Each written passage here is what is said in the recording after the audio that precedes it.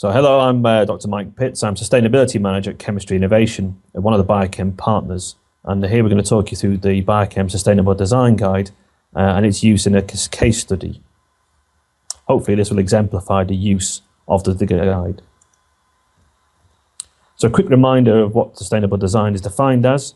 It's defined as reducing the overall environmental impact of a product, a process or a service while maintaining or improving its economic, technical and social performance. Hopefully you'll see that that was achieved in the case study today. Quick reminder again in the guide process, it's a three-stage thing. First of all, why do we need a particular new innovation?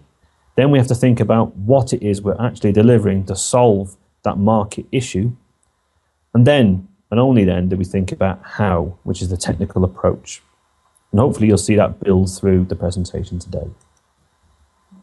So the example we're going to talk about today is a project that was facilitated by Chemistry Innovation in the United Kingdom and was funded by the Technology Strategy Board, which is the UK's innovation agency. The project was led by Unilever, who were the main end user for this particular issue. And as you can see, there were a series of different partners to make this in a particular innovation happen. So this is a bio-based project example. So I'm just going to talk you through, right at the very start, the different trends and drivers that were affecting Unilever as a business, because this presents the context for the issue itself. So these are the top 10 issues for Unilever as a company. First of all, markets are changing. So the growing markets for Unilever are now in the East. The markets in the US and Europe, although growing, are largely stagnant. So that's where the big drive for new products is coming. Also, cost control is a big issue.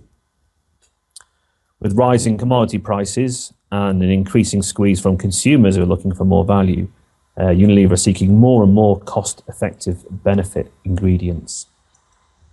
What this means is they need to get more and more from the molecules that they use in their ingredients. They need greater functionality, more robustness, and more flexibility.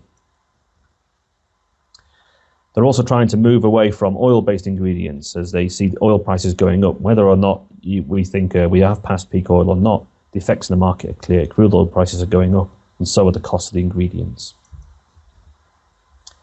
Unilever are also trying to reduce their carbon footprint. They have a publicly stated aim to reduce their overall environmental impact while growing as a business. They're also seeking to reduce their waste, either by minimizing production of waste and increasing recycling of their products. All of Unilever's products tend to involve using water, so increasingly the problem around making sure that people have good access to clean water is something they're getting more and more involved in. Another issue is the stringent regulatory landscape for development of new chemical products, which is putting restrictions on how much they develop new ingredients, new and novel ingredients. Where they get their ingredients from is also moving as commodities move east. Although this is a shot of Ludwigshafen, there is still a lot of ingredient sourcing within Europe. Their business models are starting to change as where they get their products from is starting to change. The pace of innovation is another huge issue. The speed at which consumers want new products is putting greater and greater strains on how quickly they have to develop new products. And last of all, possibly surprisingly, Unilever are finding it harder and harder to compete for the talent that's available in terms of the brains to develop the new products and processes that they need. So with all of these different technical issues in place, all these drivers in place, the top ones for this particular issue and market they'd identified were oil depletion, cost control, and the stringent regulatory landscape. The issue that they were looking at was this increasing consumer demand for natural ingredients, natural-based products that they're buying for personal care. So the benefits they needed this particular project to deliver were some kind of defendable position on what they could call a natural formulation. They needed to try to also decrease costs through this. And as we said right to the start in terms of sustainable design and what this means, they wanted to get some extra benefits. So can they get improved feel and flow of the products? Can they keep those kinds of characteristics while reducing the cost and delivering something that's natural? Quite a challenge. So the problem statement this is what we have at the end of our first stage in defining the why. For Unilever in this case was if only we could have a base shower gel and shampoo formulation that is based on natural ingredients, then we can exploit the growing consumer market, which is $7 billion and growing at 15% per annum for such kind of products. So this is responding to a particular market need for natural products, but understanding the basis of this. So this is some of the thinking we took them through, and as we said, there's a 15% annual growth over the last 6 years, because consumers are starting to equate the marketing term natural with sustainable. Natural, nature-derived, renewable, etc. don't necessarily equate with less impact on the environment. But given this is an important benefit that Unilever wants to deliver, they have to try to marry the two. They need to consider with any ingredient the scale it's available at, the energy intensity of that material, and whether there's any competing land requirements. Does that mean it's going to be something displacing a food crop? So one of the things they started to think about was at what point you could call an ingredient natural. And we started to use this scale from right down the bottom, where we consider things from petrochemical feedstocks, right the way up to ingredients that have essentially been squeezed out of a natural material. Where Unilever have chosen to draw the line is here. Anything above that line, it can be considered a natural ingredient. And this is exactly the same as where EU has now placed legislation on food ingredients that can be called natural. Things that have been developed either by a biotransformation or extracted using a green solvent, or have actually been squeezed out of a plant material, a biomass material, can all be considered a natural ingredient. And Unilever limited themselves to these definitions. The core of the technical issue they were facing, was the high use of surfactants in things like shampoos. So these are up to 15% of the total in formulation and about a third of the cost.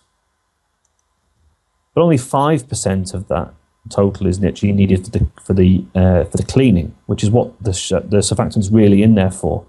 Over the years, surfactants have been added more and more to these to make them feel luxurious and thick, and so they foam well, have all the sensory properties that consumers expect a shampoo to have. So can we reduce this unnecessarily high use of surfactants, but replace some of that functionality with a natural ingredient that is low cost? That's at the core of this particular challenge. Further analysing this using the CCALP tools, so thinking about where the hotspots are and the carbon footprint, the first thing that we see here is that the carbon footprint is dominated by the use by the consumer. Nearly all of the carbon footprint is tied up in heating up the water for the shower. And this is very typical of such consumer products. Leaving that aside, which is a separate issue which they're trying to address in other ways, looking further down the analysis, if we look at the raw materials part, which is the next highest impact, quite a lot of that is taken up by the ingredients. A fair proportion is involved in the packaging. But focusing further on the raw materials in the ingredient side of things, we can see that the surfactant dominates the carbon footprint. The next highest ingredient is fragrance. And if you actually reduce the amount of surfactant that you use in a product, you can actually also reduce the fragrance amount. So there were a lot of drivers for reducing the amount of surfactant in the formulation. So in terms of opportunity, this is a big one. In this project, they wanted to take a long-term disruptive approach, because changing this would probably mean changing a lot of their supply arrangements. And they know if they can change the base formulation for this, it could be simpler and enable customization into different types of shampoos in different markets. And they expected to commercialize this particular example with small partners rather than themselves, which would disrupt and be quite risky on big brands. So the critical success factors, which is what we try to define at this stage, are listed here. So we're thinking all of the issues we've just talked about, what this means is we have to replace the surfactant with a material, a bio-based material that is abundant, cheap, from renewable resources, doesn't compete with food, has been cleanly derived, is biodegradable. We'd like to do it from existing supply chains at low cost and using limited processing. And it'd be good if it was functional and gentle as well. And all of this without creating any new chemical entities. So a nice, simple project definition for us here. But this is the level of detail we need to get to at this stage in the process. So that is our detailed innovation description, which can be summarized that the business opportunities to replace the unnecessarily high level of surfactants and other high-cost formulation ingredients with lower levels of novel, low-cost viscosity modifiers, that are things that thicken the formulation, from natural sources that enable economic and environmental benefits to accrue through their value chain. So this is the kind of level of detail we expect you to try to get to at this stage. Really properly define the opportunity, much as you would do for any kind of project proposal. The solution strategies that the design guide would have thrown up if you were looking at this challenge from a very basic starting point would to say that you should try to include materials that are known to be environmentally benign, include materials that are known to be safe to humans, use renewable materials, and ones that don't compete for food. So exactly the same kinds of levels of detail that were arrived at by Unilever.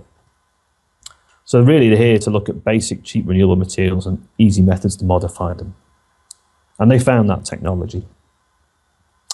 What they found they could use was partially oxidized cellulose, which was a product that was already being developed for absorbent bandages.